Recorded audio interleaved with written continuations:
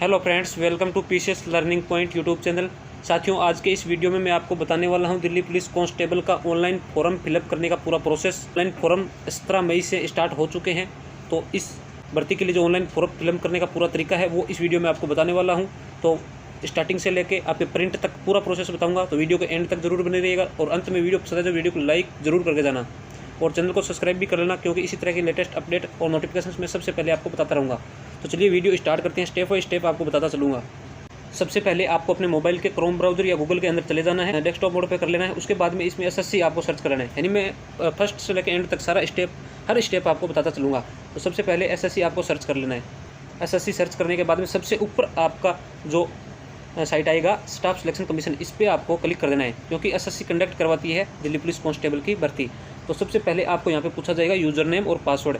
जो कैंडिडेट्स पहले से अप्लाई कर चुके हैं, यानी एसएससी का कोई फॉर्म अप्लाई कर चुके और दोबारा कोई एसएससी का फॉर्म यानी दिल्ली पुलिस का आप फॉर्म दोबारा अभी अप्लाई कर रहे हो, यानी इससे पहले आपने अगर कोई फॉर्म फिलअप कर दिया है तो आपके पास में यूज़र नेम और पासवर्ड होगा, वो आपको डाल के अब यहाँ पे कैप्चा डाल के लॉगिन कर देना है। अगर आप नए कैंडिडेट हो तो आपको यूज़र आईडी और पासवर्ड बनाने पड़ेंगे। यहाँ से आप फॉरगेट पासवर्ड भी कर सकते हो। अगर नए कैंडिडेट्स हो तो न्यू यूज़र, ये आपको दिखाई दे रहा है यहाँ पे न्यू यूज़र, इस पर आपको क्लिक कर देना है।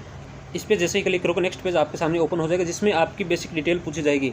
तो बेसिक डिटेल है वो सारी आपके डॉक्यूमेंट्स के आधार पे आपको डालनी है। सबसे पहले इसमें पूछा जाएगा डू यू हैव आधार, यानी आपके पास में आधार कार्ड है या नहीं। अगर है तो यस पे कर देना है, और नहीं है तो नो पे कर देना है।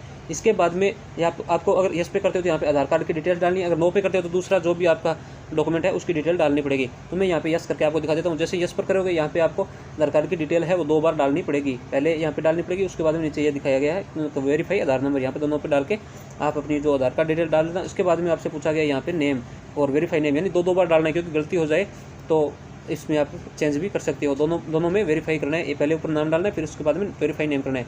तो ये आपके 10वीं की मार्कशीट में जो भी है वो डालना है सारा। पहले आधार नंबर डाल दिया, फिर नेम डाल दिया, वेरीफाई कर दिया। और उसके बाद में पूछा गया है you have ever change name, यानी आपने अपना नेम है वो चेंज करवाया है कभी डॉक्यूमेंट्स में तो यस कर देना, नहीं तो नो रहने देना। उसके बाद में अपना फादर नेम डाल देना। अगर चेंज करवाया है तो ये यहाँ पे बताया गया है चेंज करवाया वो नाम आपको यहाँ पे डालना है। फादर नेम भी नीचे पूछा गया वेरीफाई कर देना है।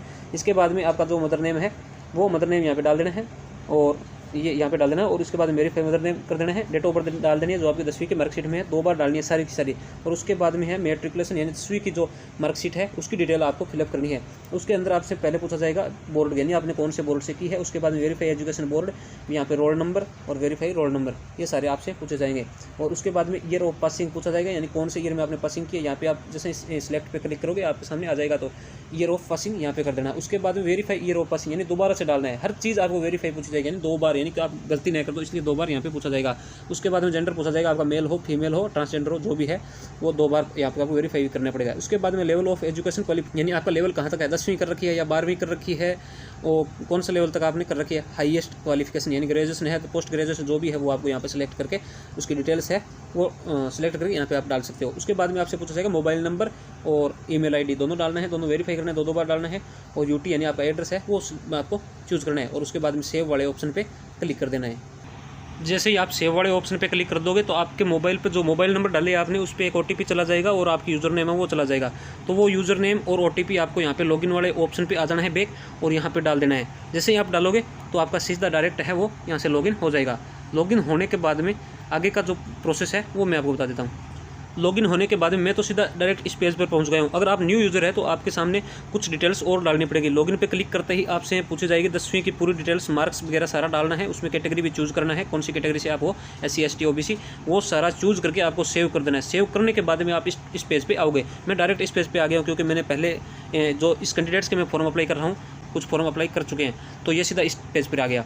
तो आपको वो सारा फिलअप कर देना है। उसके बाद में आप इस पेज पे आ जाओगे, यानी आपकी यूज़र आईडी पासवर्ड आपके पास में आ गया। अब आप फॉर्म वो कोई सा भी भर सकते हो, यानी दोबारा आपको यूज़र आईडी और पासवर्ड नहीं बनाना पड़ेगा। एक बार बना लिया तो एसएससी का जो भी फॉर्म है वो आप यहाँ से सीधा डायरेक्ट अप्लाई कर सकते हो। तो इस पेज पे आने के बाद में सबसे पहले आपको दिखाई देगा हेड कांस्टेबल, यानी लेटेस्ट जो भी नोटिफिकेशन है वो सबसे ऊपर दिखाई देगा। हेड कांस्टेबल मिनिस्ट्रियल इन दिल्ली पुलिस एग्जामिनेशन 2022, इस पर आपको जो नीचे दिखाएगा यहाँ पे अप्लाई का ऑप्शन, इस पर जैसे ही आप नीचे आओगे यहाँ पे अप्लाई है, प्रिंट है, डाउनलोड, ऑफलाइन चालान, पेमेंट, ये सारा आपको दिखाई देगा।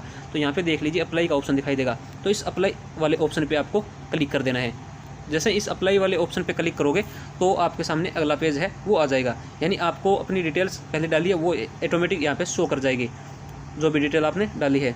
यहाँ से जो स्टार्टिंग के 14 पॉइंट है 1 2 3 4 5 ये क्रम वाइज है, तो 14 तक आपको ऑटोमेटिक शो कर जाएगा, क्योंकि पहले आपने जो रजिस्ट्रेशन किया है वो सारा प्रोसेस 14 तक कंप्लीट दिखाई देगा। उसके बाद में है 15 नंबर ऑप्शन दिखाई देगा आपको, ये यहाँ वाला, और 15 नंबर ऑप्शन आपको दिखाई देगा। इसमें पूछा गया है कि ओबीसी का जो सेंट्रल का सर्टिफिकेट है वो आपके पास में है या नहीं, क्योंकि इसमें जो सेंट्रल का सर्टिफिकेट है उसकी ज़रूरत पड़ती है। अगर है तो यस कर देना, नहीं तो नो कर देना, क्योंकि अगर है तो इसका आप फ़ायदा ले सकते हो, नहीं तो इसका फ़ायदा ओबीसी का नहीं ले सकते हो, यानी सेंट्रल का होना चाहिए। और उसके बाद में आपसे 17 नंबर पे पूछा जाएगा, यानी whether departmental of candidates of Delhi police, यानी कोई आपका रिलेटिव दिल्ली पुलिस में है या नहीं, तो यस और नो यहाँ से कर सकते हो आप। और उसके बाद दिल्ली पुलिस, यानी आपके कोई रिलेटेड में डॉक्टर है या आपके पुत्र जो भी है वो आप इससे यानी दिल्ली पुलिस मल्टीटास्किंग से रिटायर हो चुके हैं या नहीं है, पहले से कोई है, तो ये यहाँ पे आपको यस नो कर देना है। तो 15 नंबर पॉइंट आपको ध्यान में रखना है। अगर आपके पास में सर्टिफिकेट है तो यस करना है, नहीं तो आपको नो करना है। तो मैं यहाँ पे नो करके आपको दिखा देता हूँ। 19 नंबर पॉइंट में आपसे पूछा गया नेशनल लेवल, यानी नेशनल लेवल आपने कोई स्पोर्ट्स कोटा है या कोई गेमिंग वगैरह खेला है तो यस कर देना, नहीं तो यहाँ पे नो कर देना। आपके पास में जो भी है उसके अनुसार आपको कर देना है। अगर यस करते हो तो यहाँ पे आपको इसमें डिटेल्स है वो भी सिलेक्ट स्पोर्ट करके आपको डालनी होती है। और 20 नंबर है ऑप्शंस दिया गया है, यहाँ पे देख लीजिए, medium of computer based examination, यानी कंप्यूटर पर आप जब एग्जाम देने जाओगे तो मीडियम सेलेक्ट करना है, यानी इंग्लिश में देना चाहते हो या हिंदी में, तो वो आपको यहाँ से सेलेक्ट कर लेना है पहले ही। तो मैं हिंदी यहाँ से कर लेता हूँ। और यहाँ पे पूछा गया है कंप्यूटर बेस्ड एग्जामिनेशन वेरीफाई, यानी दोबारा से भी हिंदी मैं इंग्लिश, यहाँ पे आपको हिंदी कर देना है। दोनों में हिंदी कर दिया। अगर आप इंग्लिश से करना चाहते हो इंग्लिश से कर देना। उसके बाद में 21 नंबर पॉइंट पे आपको दिखा रहा है सेंटर, यानी सेंटर चूज करने हैं। यहाँ पे देख लीजिए, ये दिखा रखा है 21 नंबर पॉइंट पे सेंटर, फर्स्ट सेकंड और थर्ड, 3 सेंटर आपको चूज करने हैं। यानी आपको जो भी एग्जाम देने जाओगे उस टाइम उन तीनों में से एक सेंटर आपके आएगा, तो तीनों सेंटर आपको यहाँ से चूज कर लेना है। सेंटर सेलेक्ट करने के बाद में 22 नंबर ऑप्शन पे आपको पूछा जाएगा कि आप एक सर्विसमैन है या नहीं पहले से, तो अगर है तो यस कर देना, नहीं तो नो कर देना। अगर आप यस करते हो तो यहाँ पे सारी आपको डिटेल्स है वो एक सर्विसमैन की डालनी पड़ेगी। मैं यहाँ पे नो कर देता हूँ, क्योंकि पहले भी कोई सर्विस में नहीं थे एक सर्विसमैन में। तो इसके बाद में ये करने के बाद में आपको 23 नंबर ऑप्शन पे पूछा जाएगा। 23 नंबर फर्स्ट ऑप्शन है, इस पर पूछा जाएगा वेदर इसकी एज रिलेक्शन, यानी आप एज में है वो छूट चाहते हो या नहीं। तो यहाँ पे आप चाहते हो तो यस कर देना, नहीं तो आप यहाँ पे नो कर देना। और इसके बाद में पूछा गया है 24 नंबर ऑप्शन में एनसीसी का कोई आपके पास में सर्टिफिकेट है तो यस कर सकती हो, नहीं तो नो कर सकते हो। मैं नो कर देता हूँ। और इसके बाद में अगर करते हो तो यहाँ पे आपको पूरी डिटेल्स है वो डालनी पड़ेगी। उसके बाद में 25 नंबर ऑप्शन पूछा गया है आपसे मीडियम ऑफ टाइपिंग टेस्ट है, यानी कंप्यूटर में आपसे एग्जाम होने के बाद में टाइपिंग टेस्ट करवाया जाएगा। वो आप इंग्लिश में करना चाहते हो या हिंदी में, तो यहाँ से आप सेलेक्ट कर सकते हो। इंग्लिश में करना चाहते हो तो इंग्लिश यहाँ पे कर देना, और हिंदी में करना चाहते हो तो हिंदी में कर देना। मैं यहाँ पे इंग्लिश में कर देता हूँ। 26 नंबर ऑप्शन में पूछा गया आपसे कि राष्ट्रीय रक्षा यूनिवर्सिटी से आपके जो पोस्ट ग्रेजुएशन का डिप्लोमा है वो अवेयर्ड है या नहीं, है तो यस कर देना, नहीं तो यहाँ पे नो कर देना। इसके बाद में अगर यस करते हो तो ये 26 का सेकंड पॉइंट है, इसमें आपको डिटेल्स डालनी पड़ेगी। और 27 नंबर ऑप्शन है हाईएस्ट एजुकेशनल क्वालिफिकेशन, यानी आपके पास में हाईएस्ट क्वालिफिकेशन कितनी है, तो यहाँ से आप सेलेक्ट कर सकते हो। यानी MBA MCA MSc BTech MTech जो भी आपका है, LLM MBEd MSc MCOM MA वो है, वो आपको यहाँ पे डाल देना है। ग्रेजुएशन किया तो ग्रेजुएशन की डाल देनी है डिटेल्स। उसके बाद में 28 नंबर ऑप्शन पे पूछा गया details of qualifying education qualification, तो यहाँ पे सिलेक्ट आपको करना है 12वीं स्टैंडर्ड, और या पूछा गया इक्विवेलेंट टू 12 TH स्टैंडर्ड, तो यहाँ पे मैं कर देता हूँ 12 TH स्टैंडर्ड। इसके बाद में यहाँ से आपको जो है इसकी डिटेल्स डालनी है, यानी कौन से स्टेट से की है, पासिंग ईयर है, कौन सा बोर्ड है, name of board, roll number, percentage, ये सारी डिटेल्स आपको इसमें फिलअप कर देनी है। 12वीं की डिटेल्स डालने के बाद में 29 नंबर पॉइंट पे आपसे पूछा गया, यानी SSC की तरफ से अगर आपके पास कोई नोटिफिकेशन आता है तो उसको ऑन करना चाहते हो या नहीं, तो ऑन करना चाहते हो तो यस पर कर देना, क्योंकि कोई लेटेस्ट अपडेट का नोटिफिकेशन आपके पास में पहुंच जाएगा, तो यहाँ पे आपको यस कर देना है। यस करने के बाद में ये आपका एड्रेस वगैरह सारी डिटेल्स इसमें दिखा देगा। उसके बाद में आपको फोटो और सिग्नेचर अपलोड करने हैं। यहाँ पे पूछा गया फोटो, ये चूज फाइल करके फोटो सेलेक्ट करना है। 200 नंबर ऑप्शन पे है आपको सिग्नेचर है वो अपलोड करना है। फोटो और सिग्नेचर, यानी फोटो आपको बता दूं 20 KB से 50 KB के बीच में होना चाहिए, और जो सिग्नेचर है वो 10 KB से 20 KB के बीच में। साइज़ पूछा गया आपसे JPG फॉर्मेट में साइज़ होना चाहिए। और जो फोटो है वो मैं आपको बता दूं, यानी 17 फरवरी 2022 से पहले का नहीं होना चाहिए, उसके बाद की डेट उसके ऊपर होनी चाहिए। यानी 17 फरवरी 2022 के बाद की डेट है जो फोटो के ऊपर प्रिंट होनी चाहिए, वही फोटो आपको यहाँ पे अपलोड करनी है। और उसके बाद में है 32 नंबर की फोटोग्राफ है, वो आपका 17 फरवरी 2022 के बाद का है, तो है ये यहाँ पे आपको यस कर देना है। तो ये सारा प्रोसेस मैं आपको करके बता देता हूँ। तो चूज़ फाइल पे आपको क्लिक करना है और अपनी गैलरी में चले जाओ, वहाँ से आपको फ़ोटो वो आपको सिलेक्ट कर लेनी है। इसके बाद में फ़ोटो सिग्नेचर आप अपलोड हो जाएगा। अपलोड होने के बाद में आपको नीचे एग्री का ऑप्शन आएगा, यहाँ पे इस पर क्लिक करके नीचे ये कैप्चा दिखाई दे रहा होगा, ये डाल के आगे का प्रोसेस करना है। तो यहाँ पे एग्री के ऊपर क्लिक कर देना, उसके बाद में कैप्चा कर देना। कैप्चा करने के बाद में आप है वो सेव कर देना। कैप्चा फिलिप करने के बाद में प्रीव्यू का ऑप्शन दिखाई देगा, इस प्रीव्यू के ऑप्शन पे आपको क्लिक कर देना है। जैसे ही प्रीव्यू के ऑप्शन पे क्लिक करोगे नेक्स्ट पेज आपके सामने आ जाएगा। आपका फॉर्म है वो एप्लीकेशन फॉर्म पूरा दिखा देगा। तो यहाँ से आप देख लेना कि अगर कोई गलती की है तो आप इसमें रीसेट भी कर सकते हो। ये सारा फॉर्म आपका यहाँ पे दिखाई दे जाएगा। तो मैं यहाँ से चला जाता हूँ नीचे।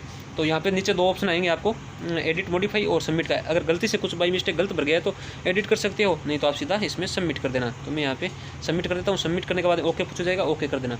ओके करने के बाद में है इसमें पूछा गया रिसिप्ट का अगर आप प्रिंट निकालना चाहते हो यहाँ से निकाल सकते हो।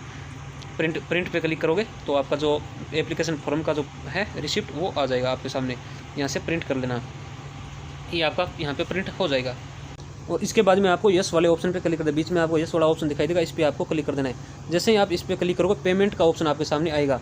पेमेंट का ऑप्शन अगर ऑफलाइन पेमेंट करवाना चाहते हो तो ऑफलाइन पे, और ऑनलाइन करना चाहते हो अपने debit card, net banking, PhonePe के माध्यम से, तो यहाँ पे ऑनलाइन कर देना। ऑनलाइन करके आपको 100 रुपये पेमेंट वो कटेगा। ऑनलाइन वाले ऑप्शन पे क्लिक करके सबमिट कर देना है। ऑनलाइन वाले ऑप्शन पर क्लिक कर देना, यहाँ से आपका सबमिट हो जाएगा। सबमिट होने के बाद में आपके आगे प्रोसेस पूछा जाए, जो आपका पेमेंट है वो किस माध्यम से आप है वो करना चाहते हो। तो इसमें SBI नेट बैंकिंग पूछा जाएगा, अदर बैंक का जो नेट बैंकिंग वो पूछा जाएगा, और स्टेट बैंक डेबिट कार्ड है, अदर बैंक डेबिट कार्ड है, कोई सा भी आपके पास में डेबिट कार्ड वगैरह है तो वो आप यहाँ से UPI से करना चाहते हो तो यहाँ पे ऑप्शन आ जाएगा UPI का नीचे। तो इस पर अदर पेमेंट मेथड UPI का, इस पर यहाँ पे क्लिक कर देना।